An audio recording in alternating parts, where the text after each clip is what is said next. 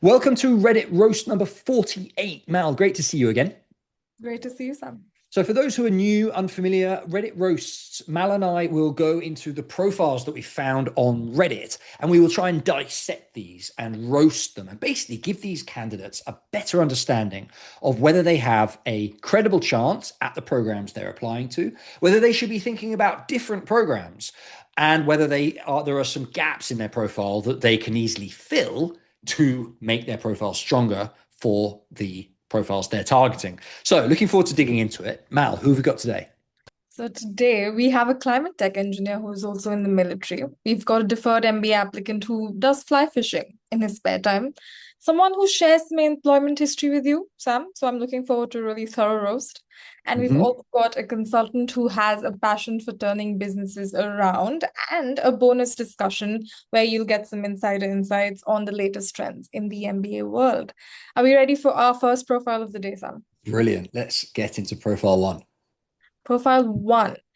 I'm considering applying round one to GSB Wharton and possibly a few other programs. Would love some feedback.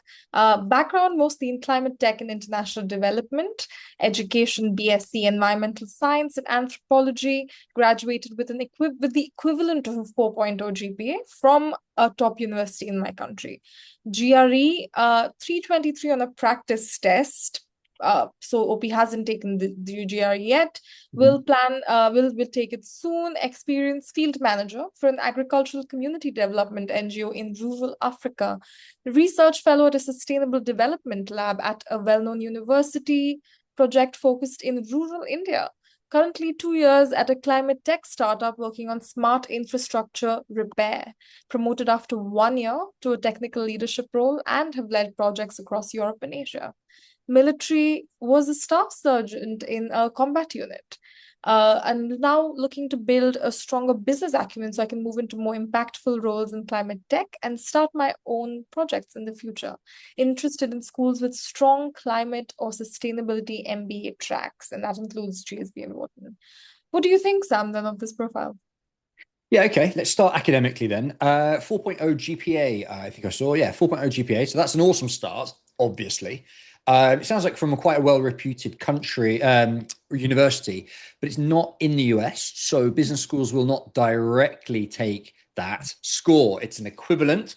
So they won't use it in their rankings. So it doesn't carry quite as much weight as an actual US GPA, but still positive. And I take it we don't have a GRE yet. 323 is not really high enough for this. If we're targeting, I think Harvard and Wharton, no, GSB and Wharton were on the list down here.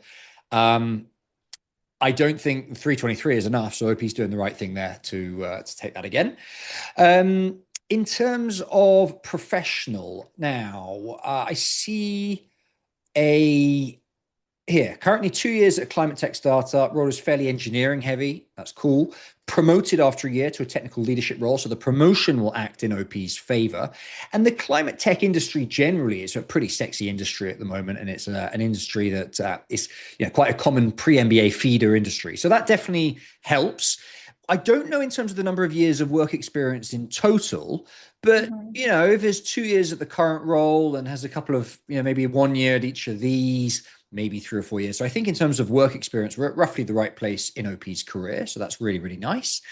I would say the demographic, basically the key thing I'm looking for here is that OP's is able to work in the US. I think that was in terms of where was it? There was a mention of this somewhere. Maybe it's in the Title comment. 28 male international dual Oh yeah, American. dual American, exactly. So OP can work in the US, has all the work permit stuff, so that is not an issue. Also a positive. So all in all, quite a good professional experience here. I'm not seeing anything like standout crazy, which would be required for GSB, but it does look like like a strong professional experience. I don't see any extracurriculars, also potentially a bit of a pink flag. Maybe OP's just too busy. Maybe OP has some stuff, hasn't mentioned it. Either way, it looks like extracurriculars are not exactly a strength here. So that might be a concern, particularly for the top schools. In terms of the goals, quite general, I think, at the moment. move into more impactful roles in climate tech, start my own projects in the future. I want to know what those roles are, right? Schools want to know what those roles are, what target companies are. Okay, so on the right track, but a bit more work needed there on the goals. So overall, a solid start, but more detail needed, particularly goals and extracurriculars. Okay. And OP wants to know what his chances are at those schools, HGSB, Wharton. Yeah, look, we can't really say without the GRE. It would be I'd tell you, what I can say is a 323 is not high enough. If OP Mm, comes back with a three kind of 23, 4, 25, that kind of level, I'd say forget GSB. Needs to be higher. Where's the number? The magic number is like high 320s, 328, 329 is probably the cutoff. OP needs a GRE score higher than that to be really credible at those top programs. And also those goals need to be much more well researched. I think that can be done. There's not a blocker. But the other thing, yes, GSP are going to be looking for is extracurriculars, and also an unknown here. If the extracurriculars are really, really strong and just haven't been mentioned, that's positive. If they are weak or non-existent, that's a problem. I wonder if this research fellow is considered an extracurricular. It kind of is, but it's also, this is almost directly related to OP's work. So, one way or another, I think that's going to get bundled in with their work experience. The field manager in Africa, if that's an actual like on the ground experience in Africa, that's also a positive from a professional and international experience perspective. That could be quite a unique point. But I feel like if it was a big deal, OP would have probably elaborated on it a bit more. So yeah, I'm a bit hesitant. There are plenty of environmental kind of sustainability type programs that OP certainly would qualify for if that GRE doesn't come into the high 320s, low 330s, where I need it to be for GSB. For example, I was just talking this morning to a client who got into the Michigan Ross MBA Plus. The Michigan School of Environment and Sustainability. She's in a master's in sustainable energy systems. They've thrown a bunch of scholarship money at her. They also, in the application process, took her MBA letters of recommendation and handed them directly to the School of Sustainability admissions team. So she only had to submit the LORs once. That sounds like an excellent program that OP would be qualified for if the GRE doesn't come in where it needs to be for Stanford. okay. And what do you think that OP can do to improve his profile then? Three things. One, GRE. Two, extracurriculars. Three, start forming an idea of what this climate venture looks like. So your long-term goals in your MBA applications don't have to have quite as much detail to them as your short-term goals, right? Your short-term goals need to be super specific. I want to know the title. I want to know the company name. I want to know the location. Long-term goals don't have to be quite so specific, but they do need to be a bit more fleshed out than this. Maybe OP just hasn't given the detail in this in the Reddit post, which is fine. But I want to know like what's the problem that OP is targeting. So, for example, I worked with a client recently whose sustainability focus was around the ocean. And so the long-term goal was to set up an ocean cleaning venture, basically. Now, don't need the details of that, but I do want to know, that theme is still kind of what the school are gonna associate you with. So the long-term goals need to be a little bit more thought through as well. So those are the three things that OP can do at this stage. All right. Okay. Great. I think that answers OP's questions. Are we Awesome ready for stuff. part two? Yeah, let's do it. Okay. Profile two. This is a deferred MBA profile. Yep. Chances of getting into Kellogg, Booth, Columbia, Johnson, Darden, and Tepper and Haas and Anderson. That's a lot of schools. I don't see much point in HBS, GSB, Wharton, or Yale. I don't think I'm competitive enough. Academics, undergraduate T10 UK school, a bachelor's in economics and politics. Grades first predicted, but official grades are now borderline first, 69%. GRE 330, but we'll have another test in 2 weeks to get more on quant. Demographic: white male, US citizen, previously lived in New York, Moscow, and Morocco. Experience: interned for 2 summers at a local digital strategy firm. A bunch of responsibilities and achievements there. Secured 2 new engagements as well. Those are the key impact points. Extracurriculars: founded a music society at university, grew it to over 100 members. OP manages the relationship the society has with local venues and serves as its DEI officer. OP is also an avid fly fisherman and a wildlife photographer. Interesting. Participates in local cleanup efforts. Reason for the MBA is to pivot back to the US. My UK degree is not very valuable for recruiting for US roles, and recruiting in the UK is arguably harder, as I need sponsorship. Mainly, I would like to pursue a career in consulting and apply that skill set and pursue a strategy growth role at a startup or a company that I'm passionate about, maybe even an NGO. What do you think of this profile overall, Sam? Okay, academically, 330 is strong, but not shooting the lights out for a deferred MBA application. They tend to have higher scores. It looks like OP is already on track to maybe get that quant score a little bit higher. I'd say the GRE is strong, but if you can get it higher, then great. Borderline first. I think a first in the UK is a 70%, so OP is like right on the edge there. Right. Either way, that percentile is the number that's going to matter. Whether it's 69 or 70 is not really going to make a dramatic difference.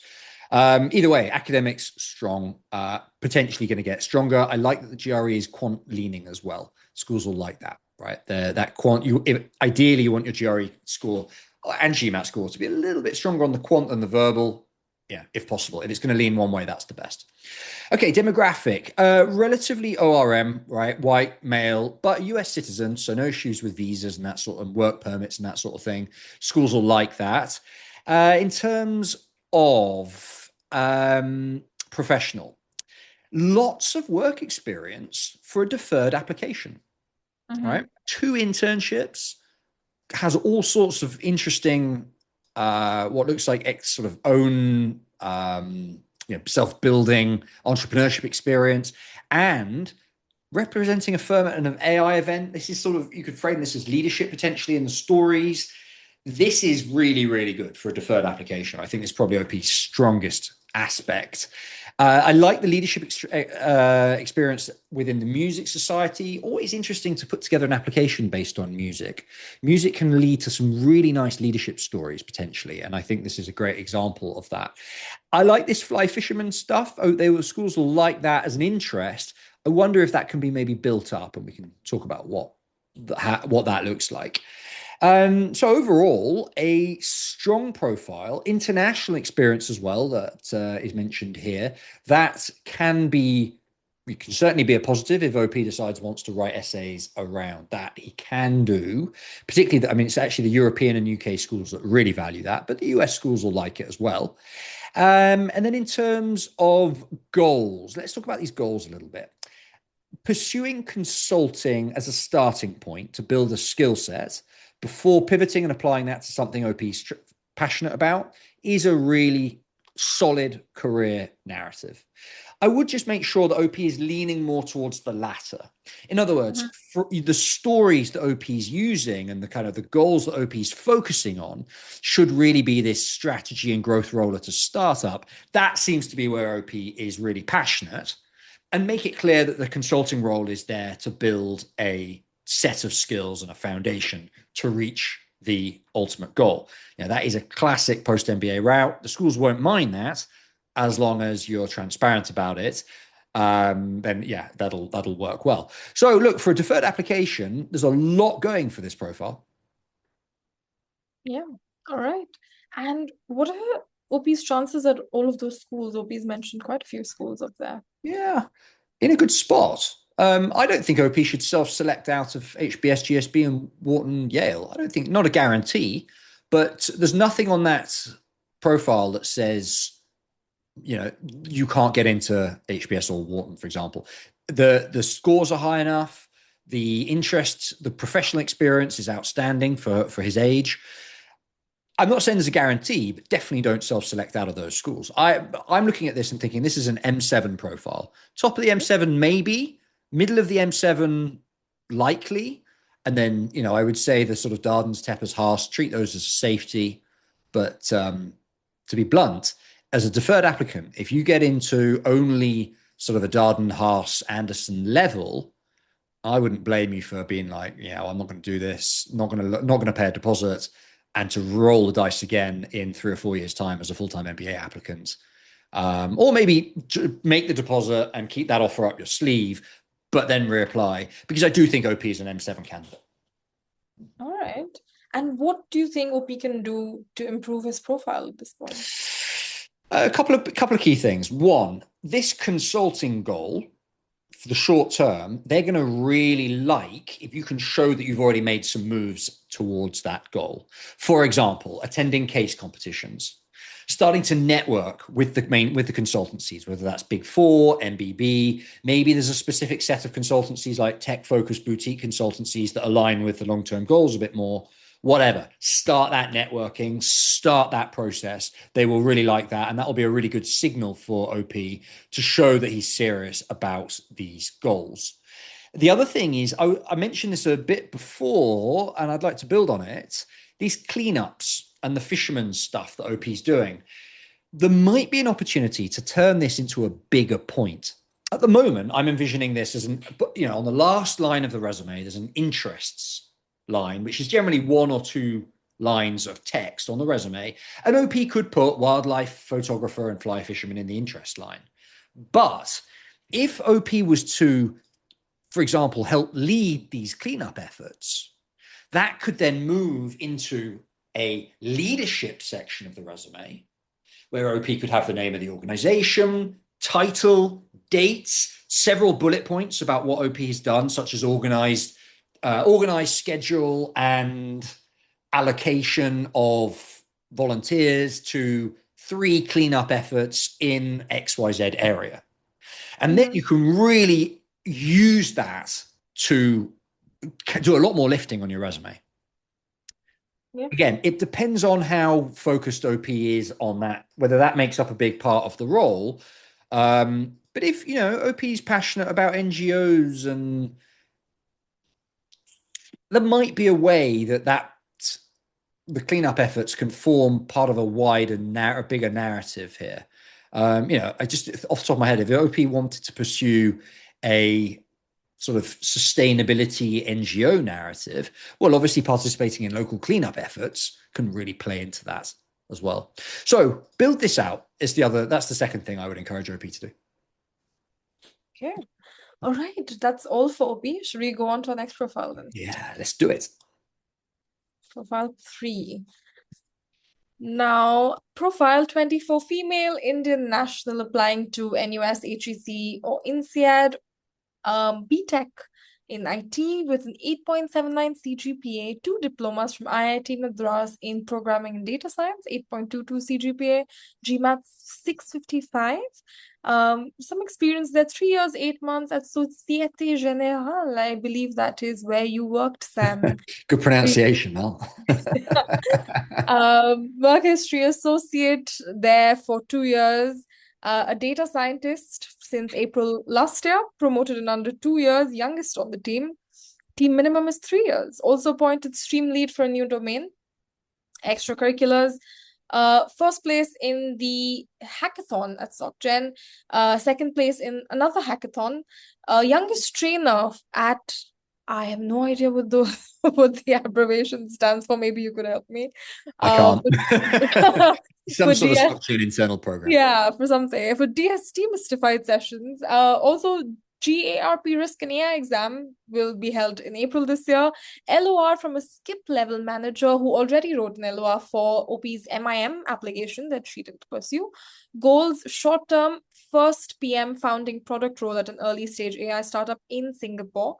Long term, found my own AI plus behavioral finance product by age 35. Very focused. But pivot stories, 3 years learning what financial customers do, to we moved to design thinking competitions where she understood why. And now she wants to get into, she wants to do an MBA for business foundations and a founder network. ESG and sustainability is a big part of OP's story. Target schools, NUS, HEC Paris, INSEAD, and ESSEC. It seems like OP really wants to be in Singapore. That looks like a strong focus. And some targeted questions, we will get to those. What do you think of this profile overall? Okay, so let's dive into this profile first from an academic perspective. 8.79 CGPA is a strong GPA. I think that's equivalent to about a 3.8 on the US system, so that's nice. The IIT Madras brand will also not do any harm either, although they're diplomas. 655 Focus Edition is okay. It's not outstanding, but it's sort of where OP needs to be. I think going to be enough for these schools in particular. In terms of the professional, right? SocGen, like me, really well-known brand, particularly among the French schools. I'm looking at HEC and INSEAD here in particular. So SocGen as a brand will certainly help.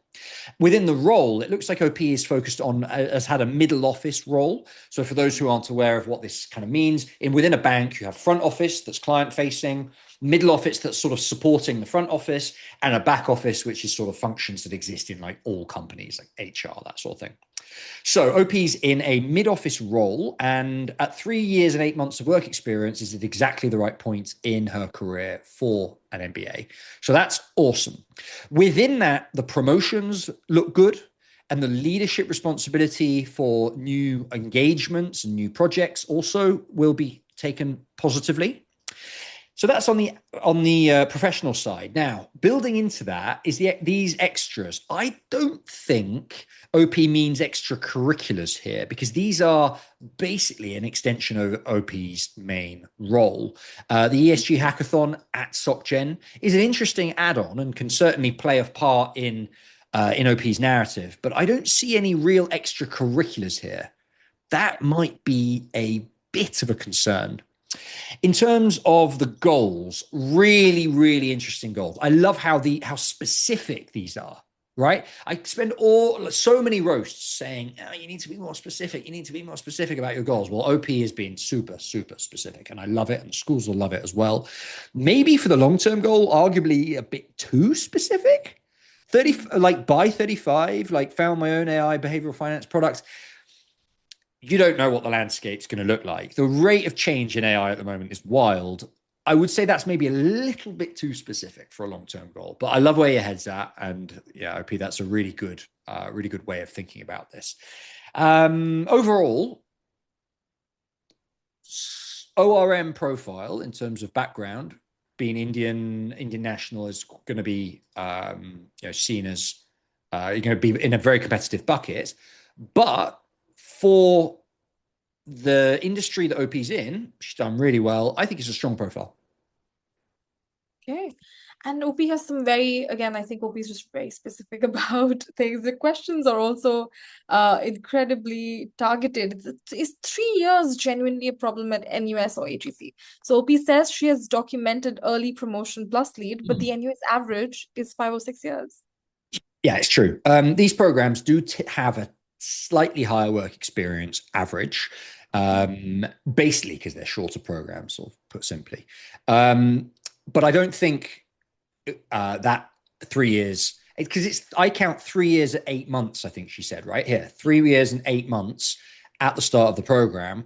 That's not too little. The range that they talk about, like the kind of common range, is like 4 to 7 years, I think. And OP is only just outside that. And I think 2 years is the minimum for most of these programs. OP is well over that. I've seen people get in with 2 years of experience. The key thing they're looking for is, have you been there long enough to demonstrate that you're a good worker, basically, that you're impactful and that you're strong. And I think with the promotions and these hackathons and everything, and the youngest on the team, and just being given some really good responsibility, I don't think OP is too young. I think OP's 3.8 years work experience is enough. Okay. And worst case, if OP isn't admitted, that will be the key reason why. Apply next year. That's true. Right? Spend another 6-9 months in your current role, maybe get another promotion, a bit more responsibility, and then apply. And at that point, you'll be 4-something years. and that will be fine. Yeah. Okay, OP's next question is about goals. Data science to product with no formal product role yet. Is that credible? Mhm. My evidence is the hackathons and the design thinking competition. Is that enough? Yeah, it is a big leap. OP's on exactly right here. Going directly to a product manager role is, without having product manager experience, is going to be a big leap. Some of the roles that you might want to kind of use as a stepping stone to get from data science to product manager, which you might want to use, for example, as your short-term goal in your MBA career essays. Technical product manager is one. Yeah. That's a slightly more, it's slightly less of a leap in that it's kind of got that data, more of that data science and less of the product manager components to the role. That would certainly be, and they're known as a TPS, that would certainly be a kind of a stepping stone role that OP could focus on. Another option is a product analyst. So kind of a level below product manager, supporting function for the product managers, build up that experience, and then become a product manager. That would also work. There's also such a thing as a product data scientist in some companies, and moving from data scientist to product data scientist as a view to becoming a product manager, that's also a logical step. The titles all obviously vary by company, but that's how I would be exploring this. Try and find something that can act as a stepping stone. In your application essays, the way I'm seeing it is you would focus on, I want to become a product manager. And then you maybe have a paragraph underneath that says, if I can't make the pivot directly to product management, here are 2 or 3 titles that I might pursue on the way there and use these as stepping stones. For example, the technical product manager role at Microsoft or blah, blah, blah. I think OP is not focusing on big tech, but still, those sorts of roles would be a really good stepping stone. I hope that answers the question. I think it does. Yeah. All right. Next question is also about goals, about the longer term goals about OP being a founder. Should Mhm. she say it directly or soften it? Long term goal is to found an AI product company by 35, or do these schools welcome this, or does it hurt optics? I touched on this in my walkthrough, but just to emphasize, it's great that you've got specific goals. I would say that OP's maybe hamstringing herself, limiting herself a little bit by saying long-term goal, by 35. Like, Mm-hmm. I get that that's a personal goal for you, that you want to do it by the time you've hit a certain age. But like, if the opportunity comes about when you're 36, great, go for it then, like a year later. It's not, I don't think that part, that by 35 piece should feature. Otherwise, I love it. Otherwise, I love it. I think I would prefer it to be something like long-term goals to found an AI product company when an opportunity arises, or when an idea comes to me, or when I identify a gap. Mm-hmm. Whether that's 35 or 34 or 36, doesn't really matter. Okay. All right. And OP's last question is an overall assessment. Do you think she's competitive at NUS and HEC as her primary schools and INSEAD as a stretch? I don't think INSEAD's a stretch. Okay. I don't think INSEAD's a stretch. I think they will love SocGen. I think she said French. Yeah. B1 French. That could maybe be B2 by the time she applies. That's one of the key requirements at INSEAD is that you've got a second foreign language, preferably a European foreign language.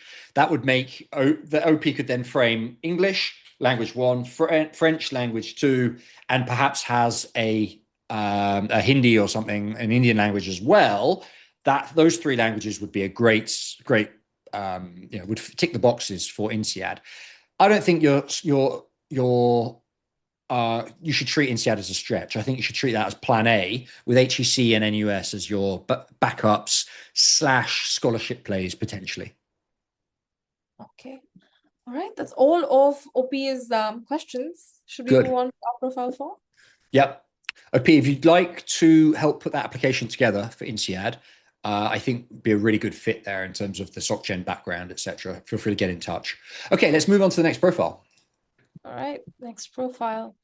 Realistic chances at M7 Dream School is GSB. Other schools are HBS, Wharton, Columbia, Booth, Kellogg, Haas, and Sloan.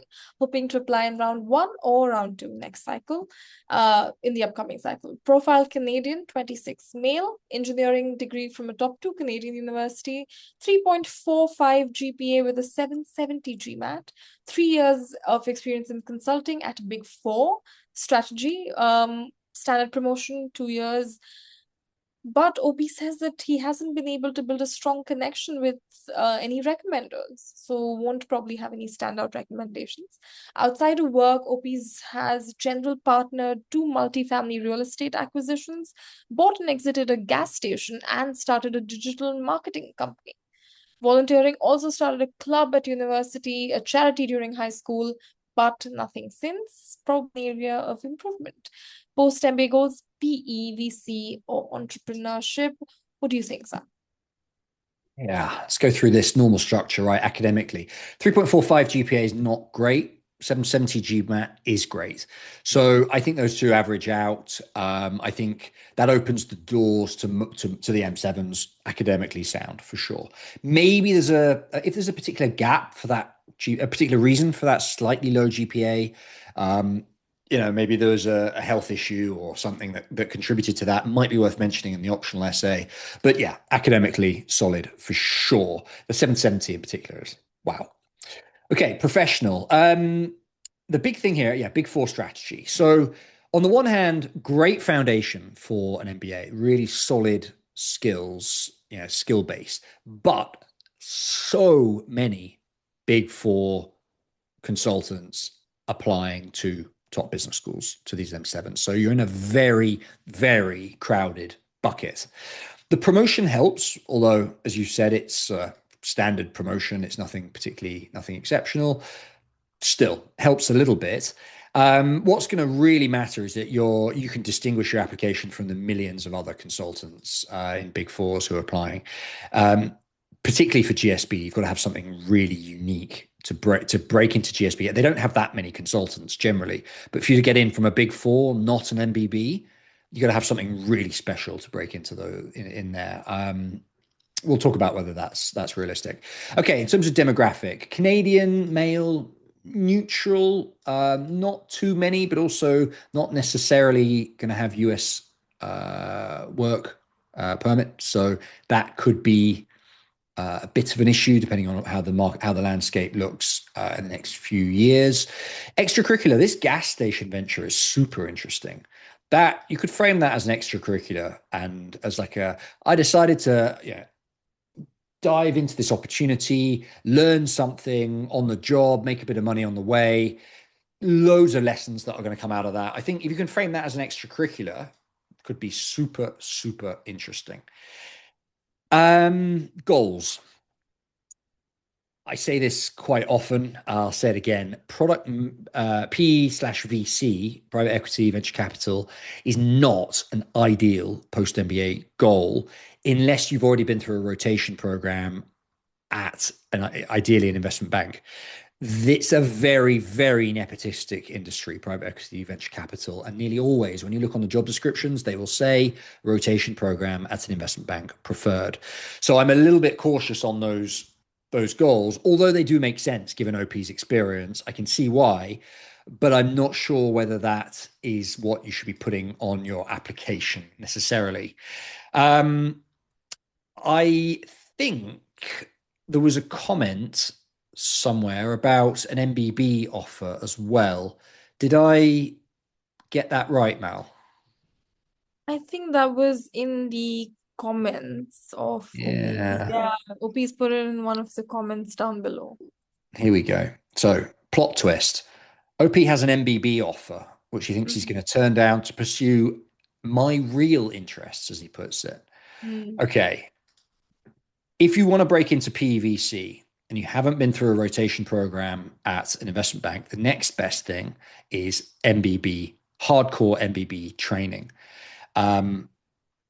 I think OP is a strong candidate, but would be even stronger if he took that MBB offer. Okay, so should we dive into his questions? Yes. let's do that. Question one, what are my realistic chances at an M7 program? Solid, solid.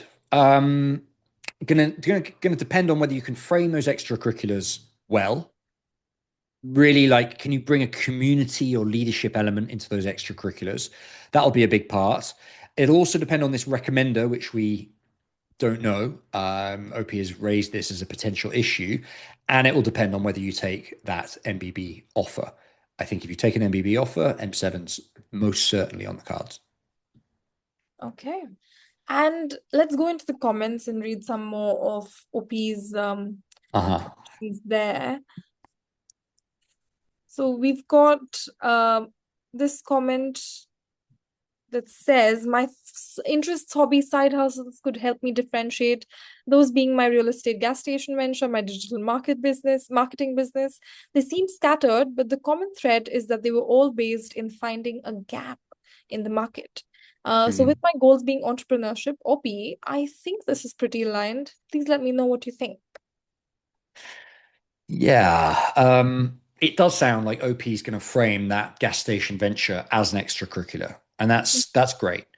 Um, and it does, and I agree that buying and selling a gas station is definitely aligned and evidence of private equity as a goal. But like I say, there's a lot of people looking to break into PE, and typically the ones that do it have got rotation program slash investment banking experience that as far as I understand, OP doesn't have right now. It's that hardcore finance training that comes with a rotation program at an investment bank. They really, really like that. Personally, if I was OP, I would take the MBB offer. I would work there for 6 months to a year.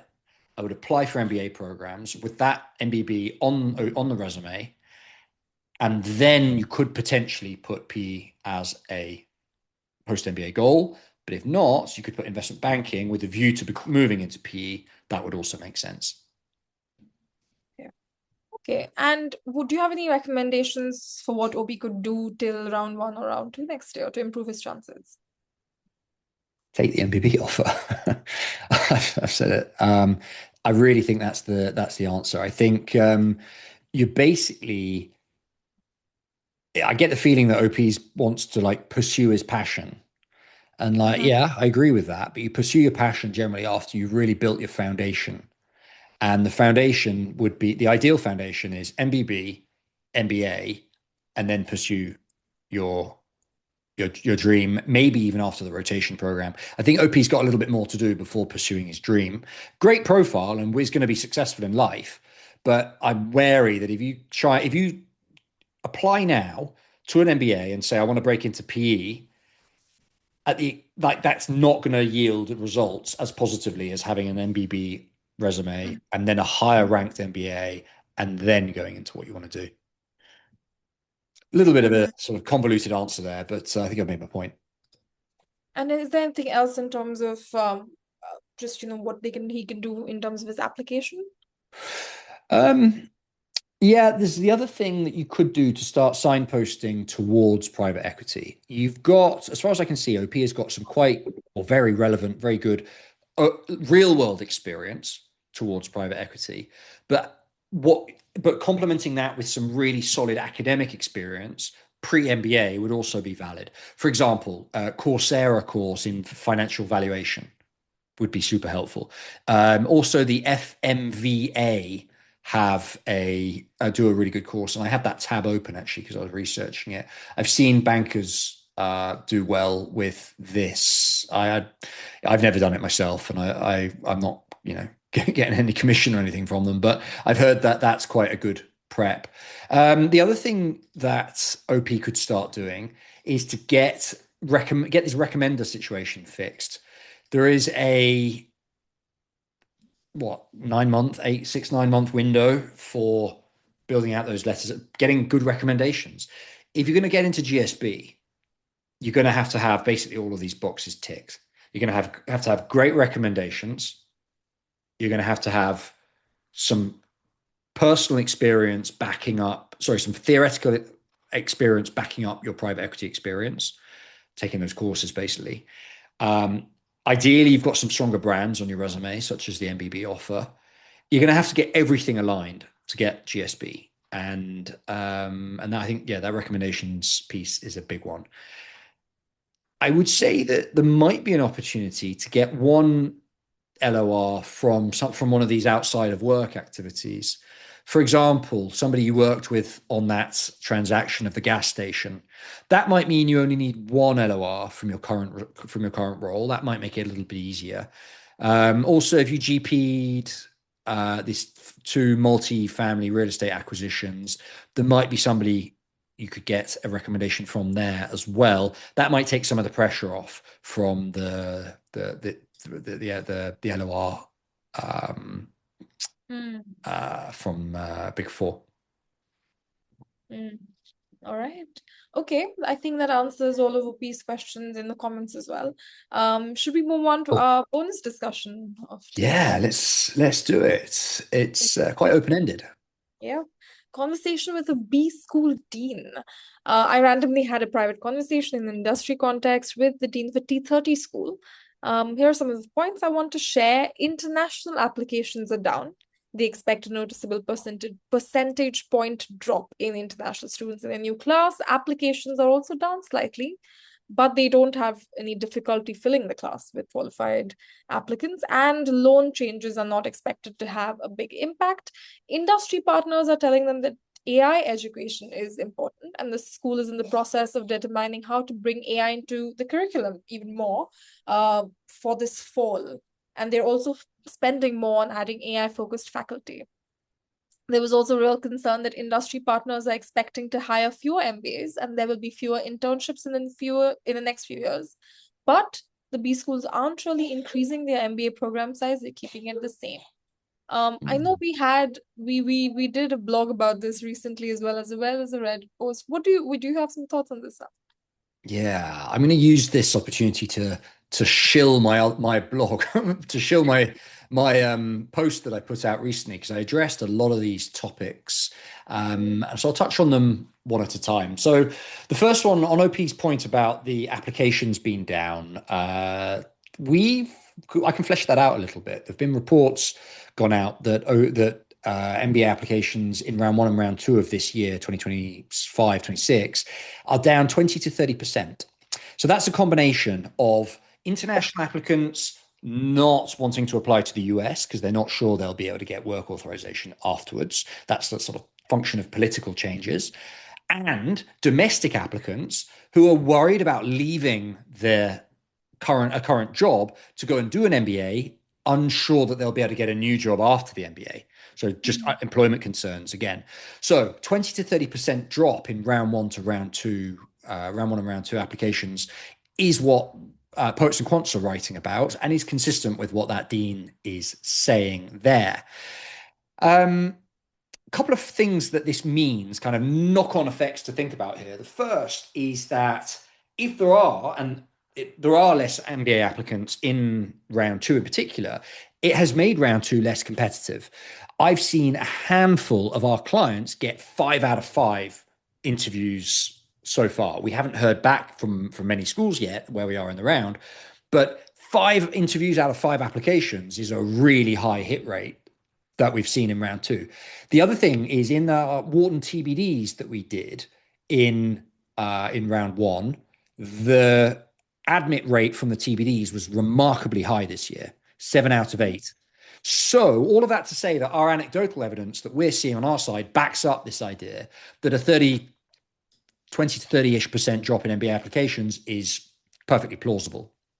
Now, thinking about this, how this kind of looks out into the future, the first thing I always say to people is, whatever the job market is now, you can guarantee it's going to look different in 3 years' time when current MBA applicants are graduating.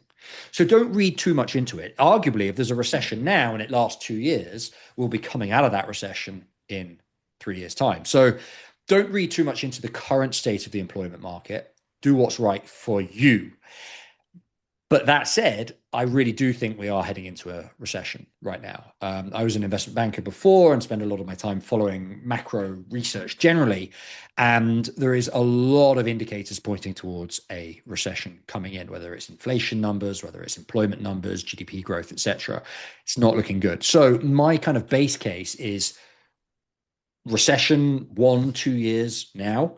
By the time current applicants graduate, we'll be coming out of that recession and these companies will be hiring again. Now, what kind of roles they're hiring for might look a bit different with AI, etc., but they'll need people is the assumption. So, oh, by the way, what the dean was saying about having AI courses that play into that theme and increasing their spending on faculty that plays into that theme backs up that opinion very strongly. So I think that's quite a good that's taking shape. That and sort of the predictions that I've made in previous rounds seem to be happening. Now, the other effect this is causing is this rebalance between the US and Europe. Basically, a lot of international candidates who are worried about the US job market and ability to work in the US job market are pivoting their applications to the UK and European schools. Anecdotally, we know that Oxford, LBS, INSEAD have been massive beneficiaries of this, and their applications are up 20, 30%, the other way around. So how to benefit from this and how should applicants think about this in their own applications? A couple of high-level points. AI disruption that the dean was talking about, it's no longer enough to say, I want to start an AI company. If you're going to use AI as your goals, you've got to be super specific about what problem your AI solution is going to tackle. That's one thing.